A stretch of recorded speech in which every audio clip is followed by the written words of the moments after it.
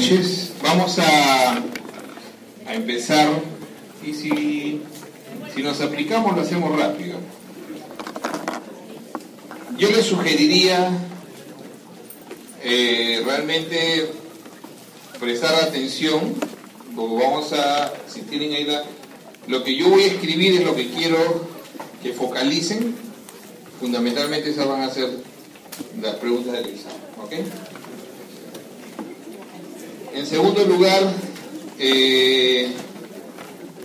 para aquellos que tienen cargos de legaturas, etcétera, usar este tipo de sistemas de tablet, les recomiendo que lo pidan a la universidad. Realmente lo hace muy práctico el poder, como van a ver ustedes, manejar, ¿no? El poder manejar cualquier exposición, ¿no? Como decíamos, estamos listos, ¿no? Estamos listos.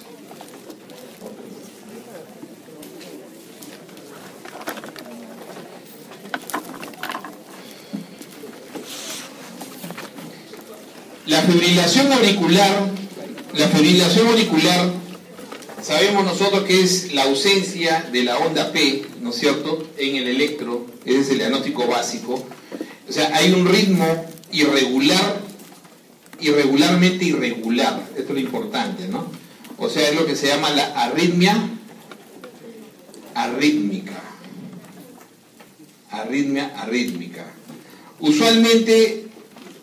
Usualmente se diagnostica en fibrilación auricular con respuesta ventricular como alta.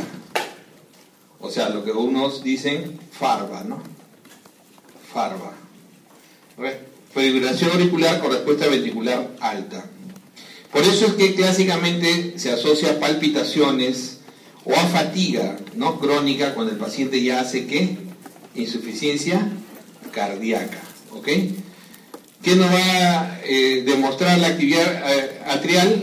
Que es fundamentalmente errática y no hay una conexión. O sea, ¿existe ondas P? Sí, pero son unas ondas P que terminan siendo de una frecuencia muy alta, lo que se llama la frecuencia atrial. O sea, la frecuencia atrial está entre 300 y 600. ¿Qué significa eso? Hay una frecuencia, ¿no? Hay una frecuencia, pero esa frecuencia es muy alta y el nervio auriculoventricular no lo puede captar. O sea, no lo capta. Y no lo capta porque es un exceso de estímulo. Por lo tanto, a esto va a haber una respuesta ventricular. A esto existe una respuesta ventricular. Por eso que siempre vamos a hablar siempre de las FA, siempre vamos a decir FA con respuesta ventricular controlada, alta,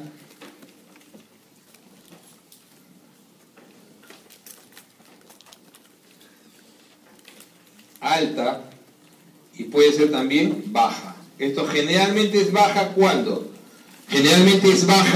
el paciente está ya en la cronicidad y comienza a tener ya falla del sistema de conducción.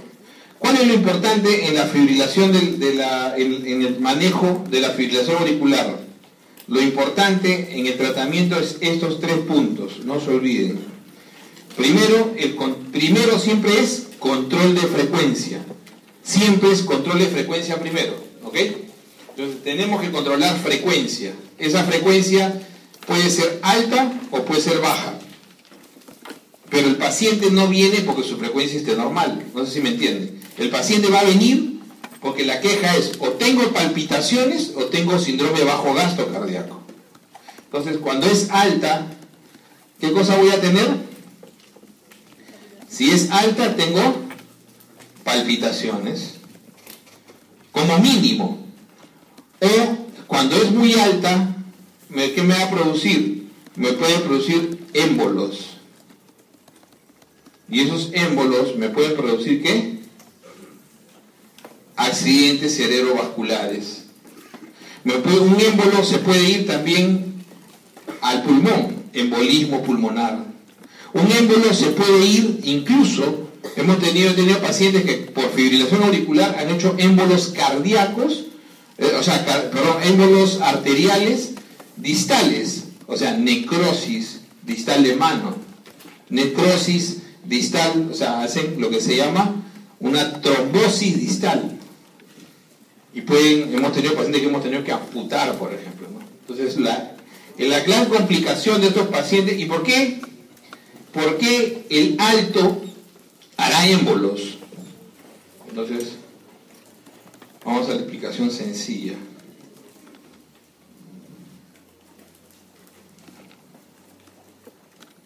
Ok. Cuando yo tengo una FA, ¿qué voy a tener? Voy a tener ausencia de... ¿De qué? ¿Ausencia de qué? Onda P. Bien sencillo, no sean malos. Bueno, en el EKG ya, onda P. Pero lo que tengo ausencia en la dinámica cardiovascular, ¿qué es lo que falta? Lo que va a faltar es el llenado rápido. No hay. ¿Qué cosa no hay? Sístole auricular. Eso es lo que tienen que entender. No hay sístole auricular. Si no hay sístole auricular, yo tengo mi corazoncito, ¿no? Entonces, no, este va a ser llenado, solamente llenado lento. Diferencia y gradientes nada más. ¿Y eso qué va a provocar? Que va a quedar un volumen remanente acá. Acá queda un volumen remanente. Entonces me va a producir al final crecimiento auricular, ¿sí o no? Ese crecimiento auricular va a hacer que a los bordes se forme éstasis. Y esa éstasis va a producir coágulos. Entonces, esto es lo que voy a lanzar. Entonces, ¿qué pasa cuando la FA es FA con respuesta ventricular alta? Entonces, la pared se vuelve dinámica por el movimiento. Y esa pared dinámica hace que se desprenda, ¿qué cosa? Los coágulos. Entonces, ¿la complicación cuál es? Va a ser émbolos. Pero esos émbolos van a ser de coágulos. Lo que más produce es accidentes cerebrovasculares de tipo isquémicos. ¿Cuál es la consecuencia más clásica? Estos se llaman infartos, producen infartos cardioembólicos. Exacto. ¿Qué es territorio clásico? Cerebral media. Clásicamente cerebral media. Entonces, de aquí proviene todo el problema. Entonces yo digo, ok. Primero, punto uno del tratamiento. ¿Cuál es? Control de la frecuencia.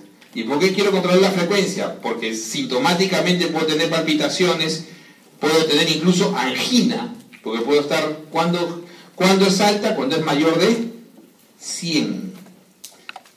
No 90, cuando es mayor de 100. En FA es alta cuando es mayor de 100. Entonces a partir de 120 puedo tener palpitaciones, a partir de 140 puedo tener angina. No suele pasar de 150, es rarísimo. No suele pasar de 150. Entonces este paciente puede hacerme incluso hasta angina si fuera coronario asociado, pero lo más importante de todo es que este paciente, cuando hace esta FA con respuesta alta, es que va a desprender los émbolos y no va a ser la isquemia, no va a ser la clínica de la isquemia, del infarto o de la trombosis que esté provocando. Entonces, fundamentalmente, por eso el punto 1 es ese. El punto 2, si el paciente me fue sintomático por la frecuencia alta, el punto 2 es, ¿qué pasa si la frecuencia es baja? Si la frecuencia es baja, generalmente menor de 60, entonces el paciente, cuando es menor de 50, puede hacer síndrome bajo gasto cardíaco. ¿Qué significa eso? El paciente baja la presión por momentos, tiende a hacer hipotensión ortostática y el paciente con facilidad tiene vaídos, estados presincopales. Entonces, esa es la clínica. Lo traen al viejito, generalmente esos son personas ya mayores que se acaba de caer o está a punto de caerse, parece que se va a desmayar. Le toman la frecuencia, es irregular, pero está 48, 47, 51, entonces variable. ¿Entiendes? No hay P y está con bajo gasto cardíaco. Entonces, el problema acá no va a desprender coágulos, pero acá sí puede hace un síndrome bajo gasto cardíaco. Entonces, también este control de frecuencia alta, en el caso de la frecuencia baja, por lo general va a requerir marcapaso. Entonces, por lo general, no hay vuelta que darle. El paciente que hace FA con respuesta ventricular baja, ¿no? Esta es la FA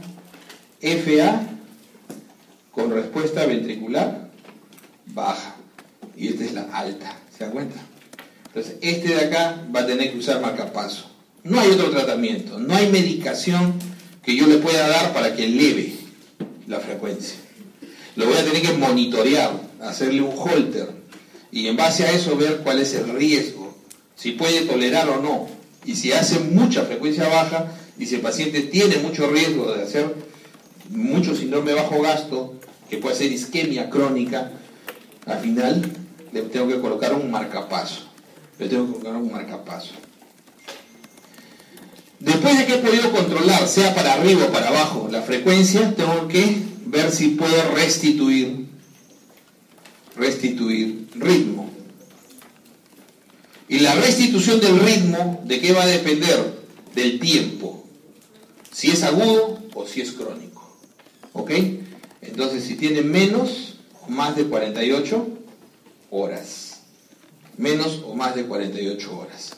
La restitución del ritmo, ¿no? Por lo general lo voy a hacer en pacientes agudos. En pacientes crónicos es muy complicado. Mejor no meterse a restituir en crónicos porque realmente el paciente tiene que ser bien anticoagulado y es preferible en pacientes crónicos restituir el ritmo, ¿no? A través de el mapeo, ¿no? De tipo cateterismo para poder hacer lo que se llama electrofulturación, ¿no? Entonces, restituir el ritmo cuando es menos de 48 horas, cuando es agudo, se puede hacer con diferentes drogas, ¿no? De preferencia la propafenona.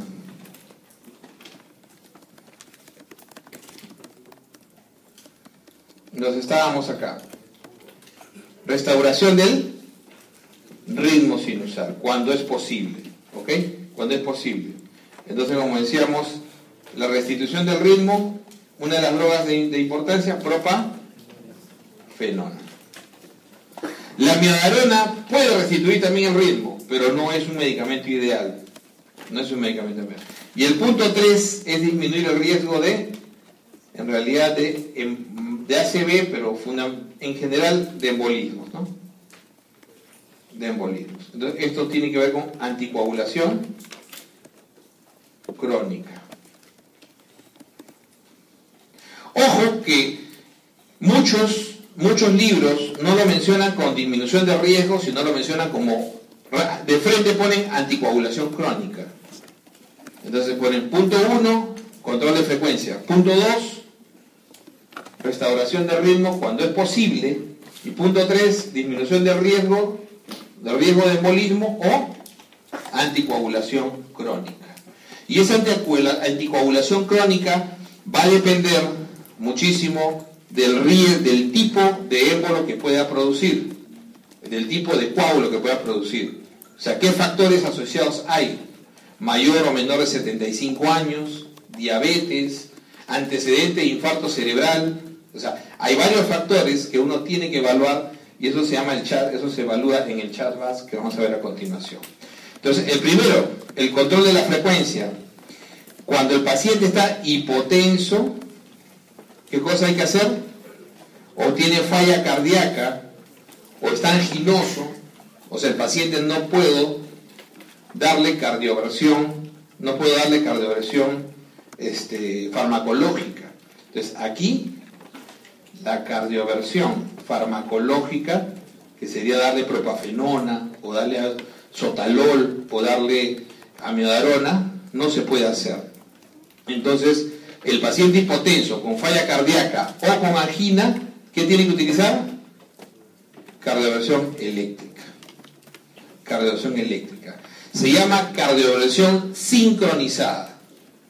Se llama cardioversión sincronizada o cardioversión eléctrica. Entonces, eso se utiliza fundamentalmente, ¿qué?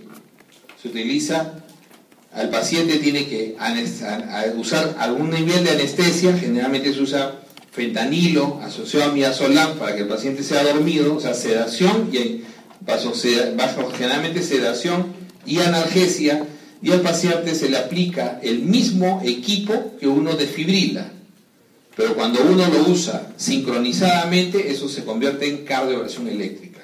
Cuando uno no lo sincroniza, eso es en realidad un alto riesgo de que el paciente entre en paro. ¿Por qué tiene que ser sincronizado? Porque el haz tiene que caer en el QRS o previo al QRS, pero no puede caer en la repolarización. Por eso es la sincronización. Entonces pregunta, ¿por qué tiene que ser sincronizado? Tiene que ser sincronizado para evitar que el paciente haga fenómeno de R sobre R. Fenómeno de R sobre R. O sea, el haz no debe caer en la repolarización nunca, ¿no? Entonces, el haz, fenómeno de R sobre T, fenómeno de R sobre T. El haz no debe caer nunca sobre la repolarización, no repolarización. Esa es la... No debe caer nunca en la repolarización. Si yo hago que el haz eléctrico caiga en la repolarización, lo maté al paciente. Entra en asistolia. Entonces, ese es el problema. Entonces, ¿cuándo uso la cardioversión eléctrica? Cuando el paciente tiene hipotensión, falla cardíaca o angina. Generalmente, ¿cuánto voy a usar? 60 a 100 joules. 60 a 100 joules máximo. 60 a 100 joules máximo. Listo. En el paciente estable, ¿cómo controlo la frecuencia? Entonces, en el paciente estable yo puedo controlar la frecuencia o con beta bloqueadores o con bloqueadores de canales de calcio. Fundamentalmente se utilizan o beta bloqueadores o bloqueadores de canales de calcio. ¿Por qué no? ¿Por qué en este slide no está ningún beta bloqueador? Porque en el país no tengo ni propanolol ni atenolol endovenoso, que es lo ideal. ¿Ya? No es lo ideal. Lo ideal sería poder tener propanolol o atenolol endovenoso, pero no lo tengo en el país, lamentablemente. Pero sí tengo hoy en día la posibilidad de usar la betalol. Volvió a entrar la betalol este año. Entonces podría usar la betalol como una alternativa de beta bloqueador, pero que no es ideal porque la betalol es alfa-beta. ¿Ok? Es alfa-beta, o sea, no es un beta puro. ¿Ok? Idealmente uso ¿qué? Verapamilo. Esta es la elección. Verapamilo. Nunca digoxina parenteral de inicio. Nunca amiodarona de inicio. ¿Ok? Eso quiero que les quede bien claro. Nunca amiodarona de inicio. O sea, ¿cuál es el gran error que se está cometiendo hoy en día en la mayor parte de emergencias del país? El paciente llega con FA con respuesta alta, ¡plum! Amiodarona. La amiodarona debe ser utilizado o cuando el paciente tiene fracción de eyección muy baja o cuando ya habiendo usado verapamilo por 3 veces fracasa. Por lo menos 3 veces. Entonces la forma en que usas el verapamilo es sencillo. La polla viene de 5 miligramos, se diluye, se pasa lento, generalmente en 2 minutos, y el paciente, ¿no? Uno lo hace con un monitoreo para ver que la frecuencia baje. Pasa 20 minutos, el paciente no baja, nuevamente intento, otros 20, nuevamente intento. Si a la tercera no mejora, ya tengo que usar amiodarona. Entonces, yo estaba en el control de la frecuencia. Entonces, usé verapamilo, ¿sí o no? Por 3 veces, hasta 3 veces. No funcionó. Paso a amiodarona. Mi paciente tiene fracción de eyección menor de 40, o mi paciente tiene un proceso, paralelamente está en estado crítico cardiovascular, está en shock, o mi paciente está en shock, o mi paciente está haciendo un IMA en ese momento. Entonces, cualquiera de estas condiciones que me haga que mi paciente esté inestable, o esté inestable hemodinámicamente, este paciente va directamente, ahí sí, a amiodarona. La manera de usar amiodarona es dosis de carga, es una dosis de carga que más o menos va a 5 miligramos por kilo. ¿Ok? Dosis de carga de 5 miligramos por kilo y infusión de 600 miligramos en 24 horas para un paciente de 70 kilos, 60 a 70 kilos clásicamente. Entonces, ¿por qué siempre tiene que ir de esa manera? O sea, al paciente le doy una dosis de carga que por lo general no debe ser mayor a 150 miligramos. No mayor a 150 miligramos. ¿Ok? Entonces, el paciente, por lo general, yo le voy a pasar 150 de carga. 300 miligramos utilizo solamente en paro cardíaco. Nada más. Solamente en arresto cardíaco uso 300 miligramos. Entonces, dosis de carga de 150 máximo, y de ahí infusión de 600 miligramos. Esa infusión de 600 miligramos en 24 horas, ¿cuántos días? Hasta que controle la frecuencia. Hasta que controle la frecuencia. Porque tiene que impregnar. Tiene que impregnar. Es un medicamento que requiere impregnar el tejido graso. Y cuanto más tejido graso tenga el paciente, mayor el tiempo de impregnación. Ahora, mucho depende también de la dinámica hepática del paciente. Hay pacientes que no tienen son medio magros, pero sin embargo no se logran impregnar bien, y eso mucho depende del metabolismo hepático. Acuérdense que la amiodarona tiene un problema. ¿Cuál es el problema de la amiodarona? Puede producir tiroiditis. Pregunta examen, ¿no? Tiroiditis. Puede producir tiroiditis. Hasta un 15% de los pacientes hacen tiroiditis. ¿Cómo es el proceso de tiroiditis? ¿Ya hicieron tiroiditis? ¿Ya hicieron tiroiditis? ¿No es cierto? No digo que han hecho como pacientes, ¿eh? Pero ya han revisado tiroiditis. ¿Qué es lo clásico de la tiroiditis? Primero hacen ¿qué? Primero hacen hipertiroidismo y después hacen hipotiroidismo. ¿Ok? Generalmente hacen primero hipertiroidismo. A veces puede ser subclínico, otras veces puede ser clínico. Y después hacen hipotiroidismo. Eso es lo clásico en la tiroiditis. Entonces, un 15% de los pacientes pueden hacer tiroiditis y quedarse con hipotiroidismo en forma permanente. Así que hay que tener mucho cuidado. Por eso es que el paciente con amiodarona tiene que hacérsele un dosaje de TSH y T4 libre basal.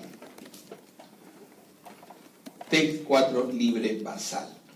Entonces es como vamos generalmente más midiendo la posibilidad del hipo. Porque acuérdense que, ¿cuál es el screening de hiper? Es TSH, T4 libre y T3. Y de hipo, solamente TSH y T4 libre. Esa es la diferencia. Entonces hago un screening tipo hipo, o sea, TSH y T4 libre. Y le hago la basal, y de ahí le hago cada 6 meses. Cada 6 meses le hago un perfil. Si es que sigo usando el medicamento, por eso le decía, no es un medicamento de fácil uso, es un medicamento que requiere un control. Un 15% significa 1 de cada 6 pacientes que ustedes traten va a ser tiroiditis. Así que no es tan sencillo. Además, la amiodarona se asocia a otros problemas, pulmonares, etc. Sí. Disculpe, si el paciente hace shock o IMA, ¿por qué no le hago una cardioversión eléctrica? Ah, claro, si hace shock también, definitivamente primero voy a utilizar la cardioversión eléctrica. Eso sí, cierto. Claro, pero el medicamento que voy a usar a continuación es amiodarona.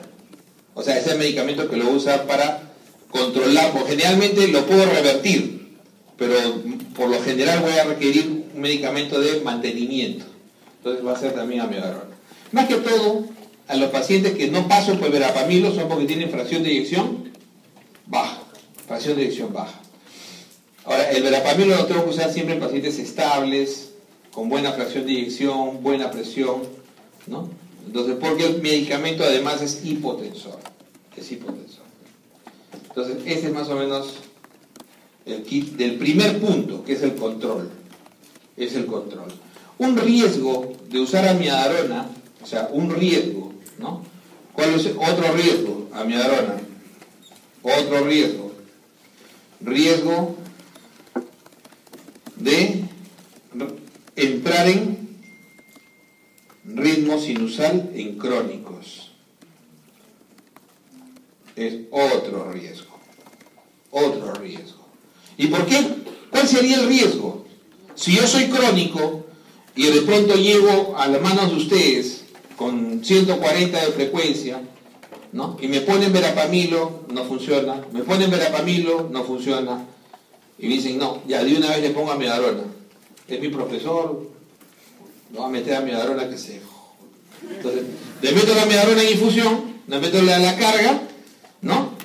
Y de pronto comienza a bajar la frecuencia y de pronto en mi monitor veo que comienza a aparecer P. Entonces, un 50%, 40-50% pueden entrar en P, en sinusal. Ese es el riesgo. ¡Oh, qué bestial! Lo cardiovertí también. Eso se llama cardiovertir. Lo cardiovertí, está en sinusal. Sí, pues, pero ¿qué es lo que va a pasar en sinusal dentro de la dinámica cardíaca? Va a comenzar a hacer sístole auricular. Y entonces todos los trombitos lo va a soltar. Comienza a soltar todos los trombos. Y entonces dice, mira, está en sinusal, sí. ¿Y por qué está durmiendo? No está durmiendo, está en coma. Ya hizo su ACV. Entonces, ese es el gran riesgo y se ve. O sea, se ve eso, ¿no? En las emergencias se ve, especialmente cuando entran los residentes nuevos, aprenden del libro y dicen, ya, métela. Y lo dejan solos en la noche, le meten amiodarona y su paciente al día siguiente están con ritmo sinusal, pero están con la sonrisa chueca, ¿no? Están con la sonrisa chueca. Entonces, el riesgo de que hagan embolismo, que hagan un accidente cerebrovascular. Ok. Entonces, ese es lo básico acá. Entonces, tipos de fibrilación, ¿no? Acuérdense, este de acá quiero que échenle ojo, paroxismal. Hoy en día, la FA paroxismal es muy frecuente. Es muy frecuente. Y es uno de los que tienen más riesgo hoy en día. Hoy en día tienen un riesgo muy alto de embolización, de émbolos. Antiguamente no se los consideraba así, pero hoy en día sí. Estos pacientes aparentemente se comportan como casi crónicos. Entonces el paciente entra en FA, sale. Entra, sale. Entonces estos pacientes siempre hay que hacerles holter y es preferible a veces a estos pacientes anticoagularlos. Hoy en día los paroxismales es preferible. Hay un artículo que les iba a mandar, se los voy a subir después para sus vacaciones, que es justamente una revisión de paroxismales, y donde demuestran casi el mismo riesgo que un crónico de hacer accidentes cerebrovasculares. Entonces ya esos pacientes... Miren que la historia de esto es bien interesante. Los que venimos siguiendo esta enfermedad años, era hasta el año 2004, uno anticoagulaba fundamentalmente ¿qué? Hasta el año 98 uno anticoagulaba fundamentalmente los FA reumáticos, o sea, los pacientes que tenían valvulopatía reumática. A partir de ahí se vio que el riesgo de los no reumáticos también era alto. Entonces se comenzó a anticoagular ambos, tanto los reumáticos, que a priori siempre estaban anticoagulados, como los no reumáticos, que habían hecho ya un episodio ACV. A partir del 2004 se demuestra que los pacientes se beneficiaban, todos los pacientes se beneficiaban más con warfarina que con aspirina. Entonces se comenzó a cambiar la visión. Entonces comenzamos a meterle warfarina a todo el mundo. Y no solamente era el hecho de darle warfarina, sino era el hecho de evitar el émbolo, sino el hecho mayor, el otro hecho importante era que el paciente disminuía el número de ACVs y la intensidad, y los ingresos a UCI y la mortalidad al final. Entonces, cuando uno anticoagula a estos pacientes, cuando uno anticoagula en la anticoagulación crónica, entonces uno disminuye el número de eventos embólicos, ¿ok? Uno disminuye la intensidad del evento. Uno disminuye los ingresos a UCI. Y por último, uno disminuye la mortalidad. Todo lo anterior era morbilidad. Entonces, en conclusión, uno disminuye la morbimortalidad, ¿no es cierto? Uno disminuye, entonces en conclusión, puede ser todo esto, o puedo concluir, disminuye la morbimortalidad por embolia, la anticoagulación crónica. ¿A quiénes anticoagulo crónicamente? A todos aquellos que tengan 2 o más dentro del CHAS-VASc. ¿Ok? A todo lo que... ¿Y por qué? Miren ustedes, 0, 1, riesgo ajustado 1.3%. De 2 para arriba ya es 2.2. Y miren cómo va subiendo el riesgo de ébola, ¿no? El riesgo en nuestros pacientes. Entonces, cuando uno dice el CHAS-VASc, basta solamente acordarse si el paciente es hipertenso, sí. ¿Tiene falla cardíaca? Sí, ya tiene 2 puntos. ¿Es diabético? Sí, ya tiene también igual un punto más. ¿Ha tenido un stroke antes? ¿Ha tenido un ACV antes? Tuvo un ACV antes, ya tiene 2 puntos de frente. O sea, todos los que tuvieron stroke antes, así sea pequeño, se van a anticoagular de todas maneras con warfarina. Anticoagulación crónica. Ojo que... ¿Y los otros que reciben? Antitrombóticos nada más. Los otros reciben aspirina o clopidogrel. ¿Ok? Los otros reciben solamente aspirina o clopidogrel. Entonces, acá el asunto es uso o no anticoagulación crónica. Entonces, 2 o más. Uso anticoagulación crónica. ¿Qué puede usar? Warfa o los nuevos anticoagulantes orales, los NOACs, los nuevos anticoagulantes orales, ¿no? Entonces, esa es la posibilidad. Está demostrado en FA, ¿no?, que puede usar tanto warfarina como los nuevos anticoagulantes orales, cualquiera de ellos. Entonces, van a ser efectivos. Siempre y cuando yo me soporte en este puntaje. Tengo más de 75 años, ya tengo 2 puntos. ¿Se dan cuenta? Tengo entre 65 y 74 años, tengo 1 punto. Y tengo hipertensión, o tengo diabetes, o tengo falla. Y miren que un paciente con FA crónica, de hecho tiene falla cardíaca. De hecho va a tener falla cardíaca. Va a empezar primero con dilatación de aurículas y eso va a ir produciendo insuficiencia a la larga, insuficiencia mitral, y el paciente va a terminar haciendo a la larga falla cardíaca. Claro que es una falla cardíaca, la válida, con menos de 40 de fracción de eyección, ¿ok? Con menos. Y también el factor de riesgo de género, ¿no? Que hay que tener en cuenta. Entonces, en la anticoagulación, ese es el mantenimiento del ritmo. Entonces, ritmo, dice el doctor, y ritmo, nos olvidamos del ritmo. Sí, pues el problema del ritmo es que cuando es posible, casi nunca es posible, cuando es posible.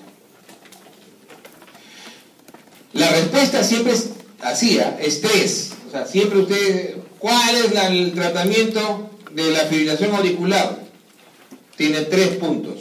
¿Cuáles son los 3 puntos? Control de frecuencia, restitución de ritmo y anticoagulación crónica. Eso tiene que quedarle en la cabeza. Esa es pregunta clásica en cualquier examen, clásica. Pero el ritmo, cuando es posible. En el Perú casi nunca es posible. O sea, ¿por qué digo que en el Perú casi nunca es posible? Porque tenemos mal seguimiento de pacientes. Entonces nunca estamos seguros si el paciente es crónico o si el paciente es agudo, ¿no? Nunca sabemos si es crónico o es agudo.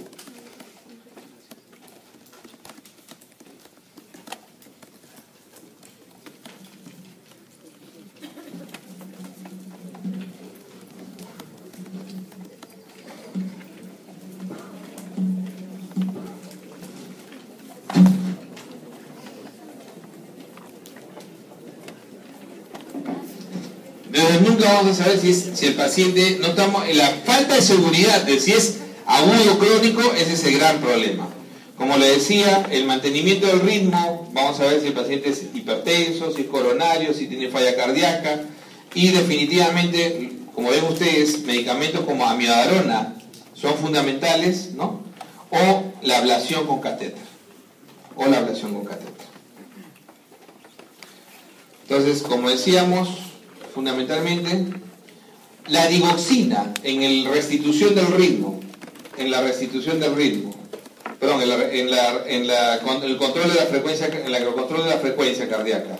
En el control, el uso de digoxina, usado como lanatócido, no es recomendable, pero es una opción. Es una opción cuando no quiero usar amiodarona. Entonces, ¿qué pasa si yo tengo un paciente que le puse su verapamilo? Pero este viejito le puse verapamilo, más lento, y me hizo un poco de hipotensión. Le vuelvo a poner la segunda y me hace un poco más de hipotensión.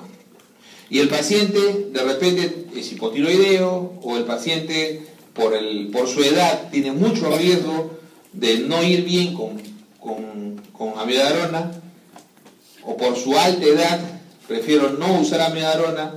Una opción siempre es en ancianos utilizar la digoxina en la forma de lanatócido. Este es digital endovenoso, ¿ok? Es la digitalización endovenosa con lanatócido 0.4 miligramos. Se suele poner 3 dosis de carga. 3 dosis en 24 horas, o sea, cada 8 horas. 3 dosis de inicio como dosis de carga. ¿En quiénes usan fundamentalmente en esto? Los que tienen muy alto riesgo de usar otros antiarrítmicos. Y generalmente ancianos extremos o añosos o frágiles, como le dicen, ¿no? Mayores de 80 años. Entonces, ese grupo de pacientes muy frágil, que quizás tengan una perspectiva de vida ya no muy larga, ya han tenido varios accidentes cerebrovasculares, darles amiodarona y están de repente desnutridos, no hay mucha masa grasa que puedan sostenernos la amiodarona en infusión, le podemos dar, esto se llama digitalizar. Entonces, cuando dicen digitaliza el paciente, uno le coloca 3 dosis del lanatócido y de ahí utiliza la digoxina en forma diaria. Y por último, la anticoagulación. Como decíamos, ya hemos visto que vamos a escoger siempre alguna estrategia de anticoagulación. Si el paciente tiene un CHAS-VAS bajo, 0 a 1, vamos a utilizar solamente aspirina. Pero definitivamente hay que utilizar idealmente warfarina, dabigatran, rivaroxaban, apixaban y edoxaban, ¿no? Para reducir el riesgo de embolismo. La warfarina, que es lo que más van a usar, la warfarina, ¿qué cosa necesita? Necesita control de INR. Necesita un control de INR. Primer gran problema. Segundo gran problema de la warfarina, tiene muchas interacciones medicamentosas. Necesita una dieta estricta. Y además de eso, la warfarina, hay un grupo de pacientes que no responden por farmacogenética. O sea, no controlan. Más que no responden, no controlan. Hay un grupo de pacientes que por farmacogenética no controlan nunca. Entonces uno comienza a darles tabletitas de 5, ¡pum!, se disparan a 4 INR, ¡pum!, le quitas. Le das medio, nada. Le subes a 1 otra vez, ¡pum!, se vuelve a disparar. Nunca logras el rango. Entonces ese es el problema. Ese grupo de pacientes que nunca logras el rango, esos pacientes que son difíciles de anticoagular, porque no logran. ¿Qué cosa no logran? El rango. ¿Cuál es el rango? 2 a 3. 2 a 3 de INR, ¿no es cierto? Entonces, esos que no logran el rango, por lo general lo hacen por no respuesta, por farmacogenética, por rasgos farmacogenéticos. En otras partes del mundo, para usar warfarina, se tiene que hacer estudio farmacogenético. Se tiene que hacer, igual que con el clopidogrel, se tiene que hacer estudio farmacogenético. Es lo ideal. En el Perú lo estuvo haciendo el Hospital Almenara, el estudio farmacogenética con warfarina, durante un tiempo. ¿Ok? Entonces, eso es interesante y debería ser lo ideal. Claro, todas estas condiciones, interacciones, dieta, INR, no respuesta farmacogenética, son las ventajas que tienen los NOACs. Son las ventajas que tienen los NOACs. ¿Ok? O sea, los anticoagulantes, los nuevos anticoagulantes orales o anticoagulantes orales directos, ¿no? Antagonistas directos de la 10A. Los antagonistas directos orales de la 10A. Entonces ese grupito no requiere INR, ese grupito no requiere dieta especial. ¿Cuáles van a ser los problemas con ese grupo? Fundamentalmente con ese grupo el principal problema es en la falla renal, donde la warfarina sí se puede usar. O sea, no son ideales en la falla renal, en el paciente que tiene falla renal. Y el otro gran problema es que teniendo igual índice de sangrado, igual incidencia de sangrado, es más difícil revertir el sangrado. Porque al final la complicación más fregada acá, ¿cuál va a ser? El sangrado. Y cuando sangra el paciente con warfarina, le doy vitamina K, plasma fresco congelado, y por último le puedo dar complejo protrombínico. Pero cuando me sangra un NOAC,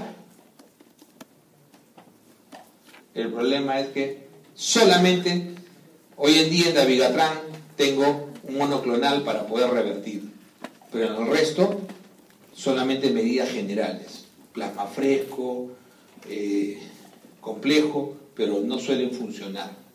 No funcionan como en el caso de la warfarina. Es decir, revertir el sangrado de la warfarina es mucho más seguro. Es mucho más seguro en ese sentido. Aquel paciente que por A o B tengo riesgo de sangrado y me la tengo que jugar con warfarina, entonces, ¿qué sería preferible?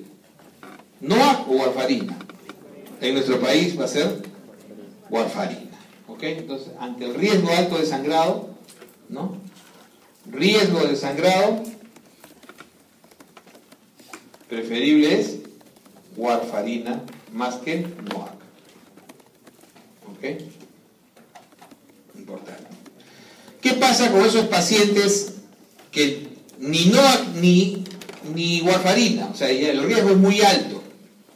O sea, el paciente, de todas maneras, me estoy jugando el riesgo, y el paciente sangra con mucha facilidad, tiene un problema, por ejemplo, de enfermedad articular que sangra con facilidad, úlcera duodenal o úlcera péptica con repetición de sangrado, ¿no? O el paciente tiene angiodisplasias en intestino, o sea, etcétera. O sea, el paciente tiene mucho riesgo de sangrado.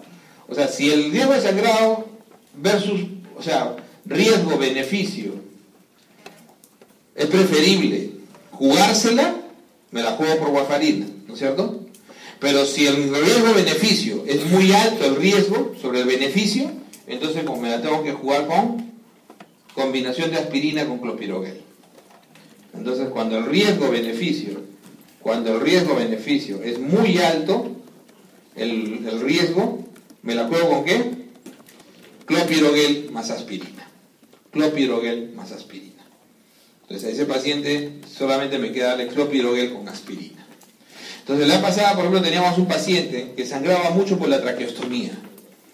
O sea, el paciente ya estaba saliendo, le había hecho un tremendo infarto con transformación hemorrágica, un fibrilador que ya tenía, era su tercer infarto, y sin embargo estaba comenzando a despertar, ¿no? Entonces algo más se podía hacer, pero el problema es que ya era tercera o cuarta vez que tenía problemas de sangrado en la traqueostomía. Era muy alto el riesgo de sangrado con él. Encima, más la transformación hemorrágica que había tenido del infarto. Entonces, a ese paciente lo mandamos con aspirina más clopidogrel. O sea, no le puedo mandar sin nada tampoco. Tengo que mandarlo por lo menos con algo y lo mando con eso. ¿Ok? Entonces, simplemente esto para reforzar, mayor o igual a 2, anticoagulación oral. Cuando el paciente tiene ya valvulopatía, ¿no? Tiene válvula mecánica o tiene una severa estenosis mitral, de frente, ya ni lo pienso, va a warfarina. De frente va a warfarina, ¿ok? Pero si el paciente todavía tengo que estimar el CHA2-VAX, entonces, ¿qué voy a hacer? 0, no le doy nada.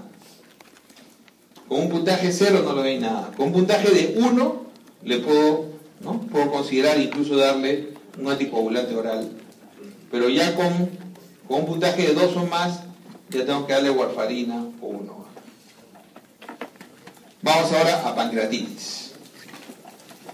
En pancreatitis, yo tengo que tener fundamentalmente ¿qué? 2 o más de... En pancreatitis tengo que tener 2 o más de ¿qué? De clínica, o sea, dolor abdominal consistente, o sea, 2 o más de ¿qué? Primero, clínica compatible. Segundo, el sérico. ¿Qué significa? Amilasa o lipasa 3 veces su valor normal. Y por último, la imagen, que puede ser ultrasonografía o puede ser tomografía. La imagen compatible. Entonces, 2 de 3. Si yo tengo 2 de 3, hice el diagnóstico. Ojo que esto no es muy reciente, no es como en IMA, que también tengo 2 de 3 del sérico, clínico y electrocardiográfico, tiene creo que 40 años ese criterio, ¿no? En pancreatitis aguda esto se ha definido recién en los últimos 10 años. O sea, antes uno siempre discutía, ¿no? O sea, ¿cómo es el diagnóstico? ¿Cuáles son los criterios más precisos? Hoy en día ya se tiene esto bien claro. Y los criterios de gravedad, que es lo que me gusta más en estos últimos tiempos, es ver justamente eso, ¿no? Si el paciente tiene o no tiene complicaciones locales y si hay falla orgánica. Eso es fundamental para el manejo. O sea, ¿tiene alguna complicación local como pseudoquistis, necrosis? ¿Sí? No tiene. ¿Tiene alguna falla orgánica, pero bien definida? Definida como insuficiencia respiratoria, pero con un PAFI menor de 400, o definida como un shock, así sea una presión arterial transitoriamente sistólica menor de 90, o injuria renal con una creatinina. Acuérdense que injuria renal basta que haya subido 0.3, ¿no es cierto?, las últimas 48 horas. O que haya subido 1,5 veces el control los últimos 7 días. Pero acá lo define clarísimo, ¿no?, como mayor o igual a 1.4 de creatinina. Entonces, con eso lo defino. Y ¿tiene alguna de esas condiciones? Entonces sí tiene falla orgánica. Entonces eso me hace cambiar, como vamos a ver, todo el aspecto de cómo voy a manejar este paciente. Entonces los criterios, y cuando digo que es leve, ¿no?, si hay ausencia de cualquier insuficiencia o complicación local. O sea, los dos criterios de gravedad. No tengo nada, no tengo ni complicaciones locales, ni fallo orgánico, ni siquiera transitorio. Entonces no tengo nada, nunca tuve presión baja, nunca tuve distrés respiratorio, o por lo menos, ¿no?, un PAFI límite, nunca tuve problemas de retención nitrogenada. Entonces el paciente es leve. Y es interesante porque el leve lo puedo dar de alta rápido. Es un paciente que rápidamente, o sea, la ventaja del leve es que baja el dolor, o sea, disminuye el dolor o desaparece el dolor, dieta. Ojo que esto es importantísimo, se lo pongo y se lo resalto. Todo lo que se lo resalto es, probablemente se lo voy a preguntar. ¿Por qué? Esto es importantísimo que les quede claro, porque siempre la duda en pancreatitis que tiene el interno, el residente, el asistente o el distraído, ¿y cuándo le doy dieta? Y el paciente lo tienen en NPO 5, 6, 7 días, hasta que interconsulta gastro, y el gastroenterólogo no le da la gana de venir, está en otra, o está muy saturado, y le hacen preguntas tan tontas, ¿no? Porque viene y dice, oye, pero ¿no sabes? Si el paciente no tiene factores de riesgo, o sea, no ha hecho ningún daño, daño orgánico, si el paciente no tiene ningún tipo de imagen como colección o necrosis, ¿no?, de pseudoquiste, entonces, dale a comer. Ya no tiene dolor. Hace 2 días que no tiene dolor. ¿Por qué lo matas de hambre? Entonces, es ahí el asunto, ¿no? ¿Cuándo le doy la dieta? Entonces, acuérdense que el business de mucha gente, o sea, ustedes cuando están como médicos jóvenes se van a dar cuenta que mucha gente mayor, su business es estos pacientes. O sea, es meterles una sonda y meterles un naso y ayunal y darles nutrición enteral 2 semanas. Y entonces yo he encontrado N pacientes con su nutrición enteral y el paciente no tenía criterio de ser ni moderada ni severa. Eso es lo que tiene que quedarles claro. Por lo menos, ¿y por qué? Porque la gran mayoría de los pacientes son leves. Casi 80% de los pacientes son leves. Entonces, yo tengo acá la mayoría de los pacientes. ¿Cuál es la pancreatitis más frecuente? Biliar. Calculito, se pasó, obstruyó un ratito, afuera. Después de biliar, alcohólica, aunque en el Perú no es muy frecuente. De ahí tienen la post-CEPRE, los pacientes que les hicieron su procedimiento, hicieron post-CEPRE, ¿no? Entonces tienen también medicamentosas, pero las biliares son tremendamente altas en el Perú, ¿no? Entonces hay que tener en cuenta eso. Un calculito, claro, hay que hacer un buen estudio, ver dónde está ese cálculo, si el cálculo ya migró, si ya la vía biliar está libre, etc. Pero definitivamente no hay, es leve, bajó el dolor, inmediatamente baja el dolor, coma. Inmediatamente baja el dolor, coma, tolera la dieta, casa, ¿no? Tratamiento ambulatorio. Salvo que decidan al paciente, ¿no?, hacerle la cirugía para retirar la vesícula y el cálculo probable que pueda producir a futuro un nuevo problema. Salvo que el paciente, sería raro que sea leve y el paciente tenga el cálculo en la vía biliar. Eso es raro también. Pero cuando el paciente tiene el cálculo en la vía biliar, tiene que ir a CEPRE, a pancreato, de todas maneras. Y es raro que sea leve, ¿ok? Y es raro que sea leve. La moderada, ahí viene el problema, la moderada generalmente tiene colección de líquido, ¿no? Esa es colección, tiene colección de líquido peripancreático o necrosis. Entonces, ya la imagen ecográfica nos dio alguna luz, y acuérdense que la tomografía se hace 48 horas después. No se hace inmediato, nunca. O sea, nunca se hace inmediato. ¿Y por qué no se hace inmediato? Porque el paciente está, generalmente hay riesgo de injuria. Si el paciente lo tengo injuria, probablemente renal, o sea, siempre hay un tercer espacio, es un paciente que está generalmente deshidratado, tengo que hidratarlo bien las primeras 24 o 48 horas. Si yo a ese paciente deshidratado le meto contraste, lo fregué. Muy probable que lo lleve al otro. El paciente, oye, mira qué mala suerte, hizo falla renal. Y mira su tomografía. ¿Y cuándo tomaste tomografía? Ah, cuando entró. ¿Y con contraste? No seas malo. Entonces ahí no se fregó, lo fregaste, ¿no? Porque la tomografía debe ser contrastada. Ahora, acá un residente me decía, doctor, ¿y si la hacemos sin contraste? No, pues. O sea, tú no puedes irradiar al paciente 2 veces. Tú tienes que esperar que el paciente le puedas hacer con contraste. No puedes meterle una tomografía sin contraste solamente porque estás ansioso de mirar una imagen tomográfica. ¿Ok? O sea, le haces su ultrasonografía, le haces un buen examen ultrasonográfico, por eso te guías, si tiene cálculos, si la posibilidad de colecciones, etc. Pero lo hidratas bien y recién a las 48 horas lo preparas para hacerle una tomografía, pero con contraste. Con contraste. Entonces el moderado ya sabemos que tiene esto, o hay una complicación sistémica, pero sin persistencia. O sea, hizo por ahí, pero no persistió más allá de las 48 horas. Entonces no hay persistencia de falla. O sea, el paciente momentáneamente hizo hipotensión, pero revirtió antes de las 48 horas. El paciente momentáneamente hizo elevación de creatinina y normalizó. El paciente hizo un PAFI bajo, pero ya normalizó. Entonces, ese paciente que normalizó antes de las 48 horas es moderado. Es moderado. De ahí viene el asunto. Y mientras que el grave, la pancreatitis grave, ese paciente tiene colecciones, ¿no? O sea, se define que la paciente tiene falla orgánica después de las 48 horas. Más allá de las 48 horas, ¿no? Entonces, ese paciente se le aplica el Marshall clásico para definir bien la puntuación, y este paciente por lo general tiene colecciones, ¿no? Tiene colecciones y además tiene una falla persistente.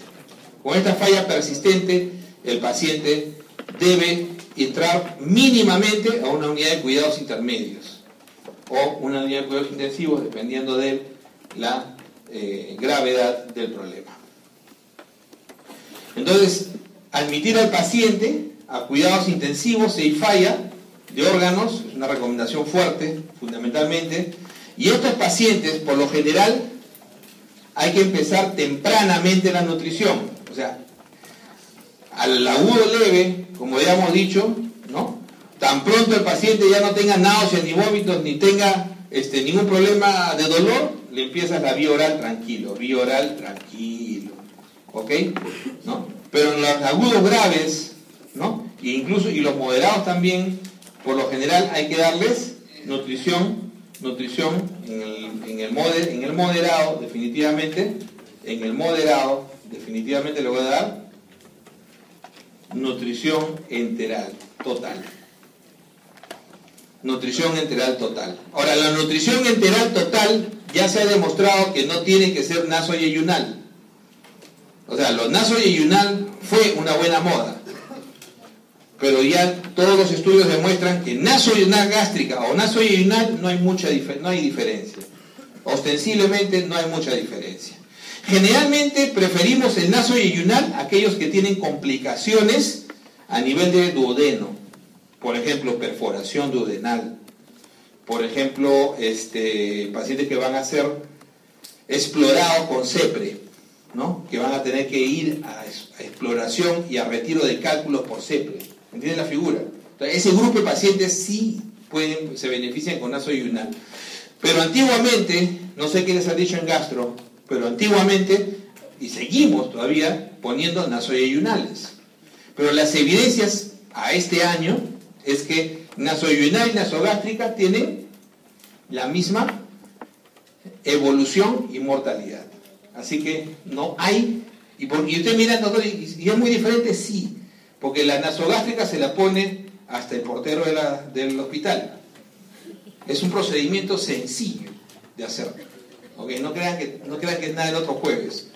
Traga, mide, pone un hielo en la boca, traga, tranquilo, listo. ¿Ok? Incluso nasoduodenal es fácil. Pero nasoyeyunal tiene que ser puesto por endoscopía. El endoscopio tiene que pasar el tercer segmento para que recién lo empuje la sonda, y la sonda generalmente tiene que tener una guía metálica, de preferencia, para que pueda pasar la rodilla. Acuérdense que tiene que pasar al yeyuno. ¿Entienden la figura? Entonces, o se hace con guía fluoroscópica o se hace con guía endoscópica. Por eso que el nasoyeyunal y las sondas nasoyeyunales cuestan entre 200 y 300 dólares.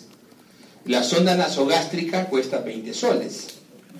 Y si usan una siliconada, les cuesta 80 soles. En Farmacia Universal. No, es propaganda.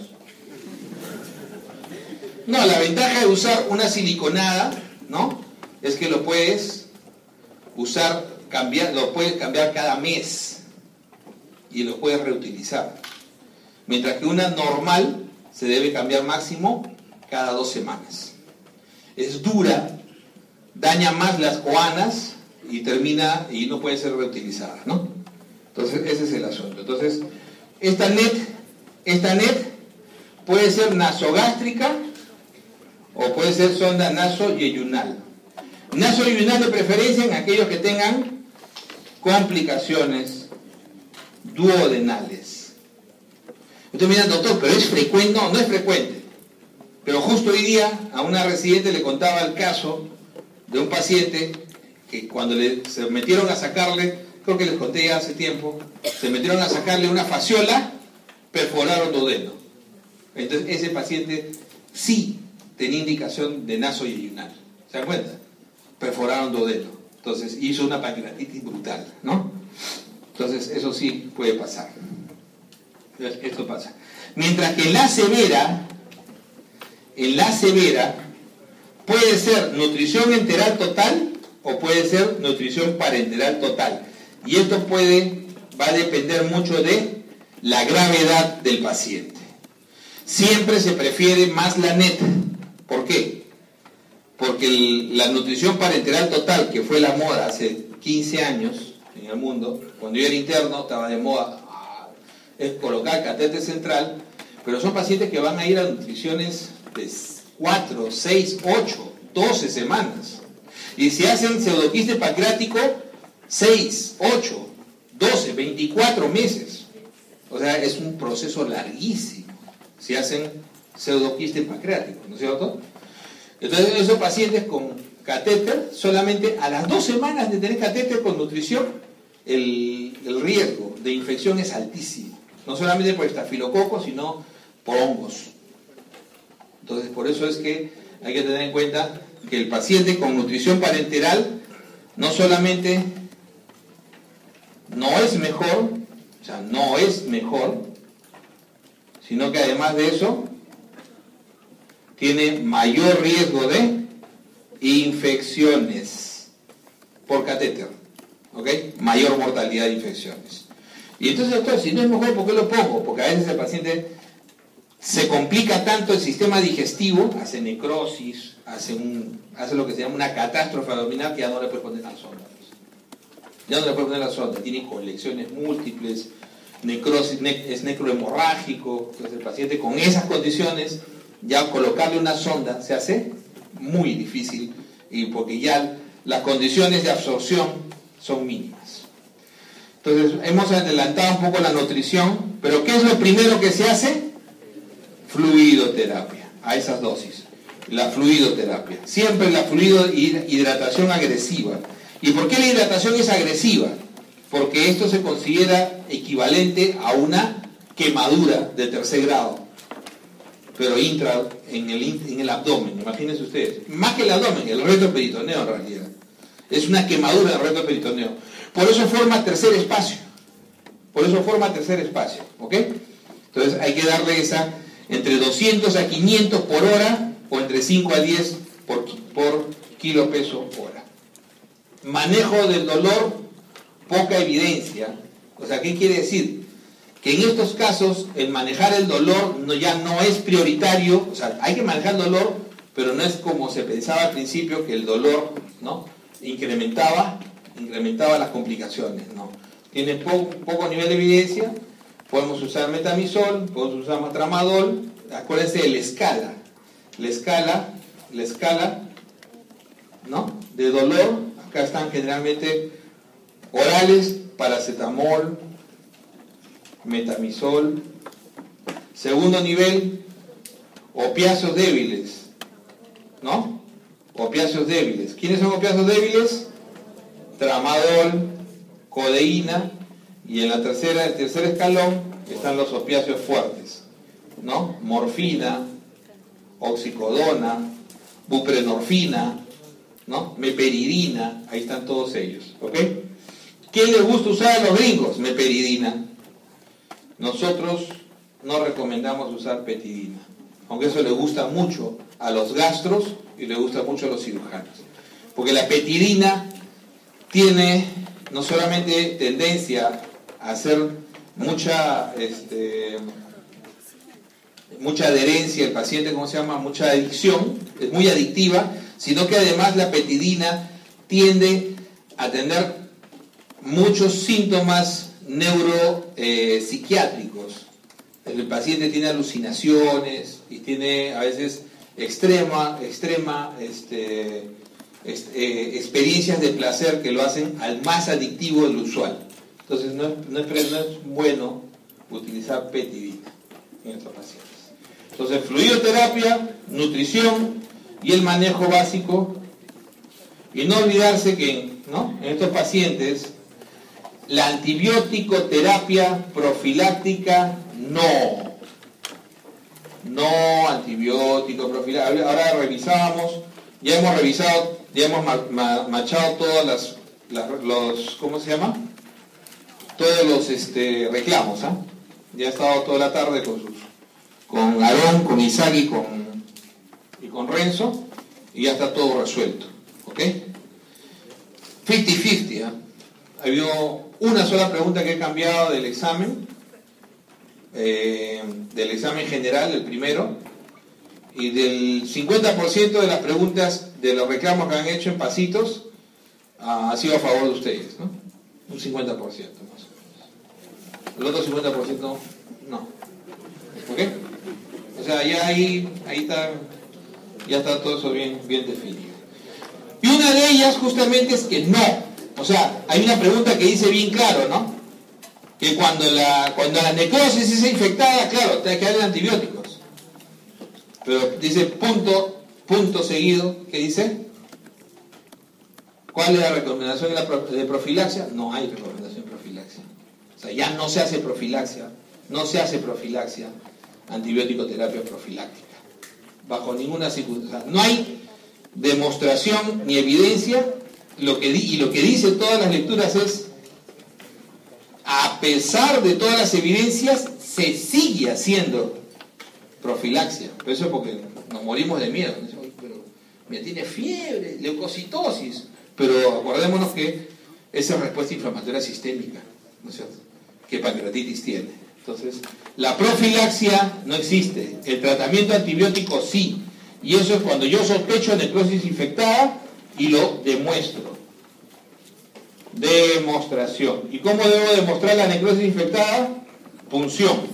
O alta sospecha. No puedo punzarlo. No tengo la técnica.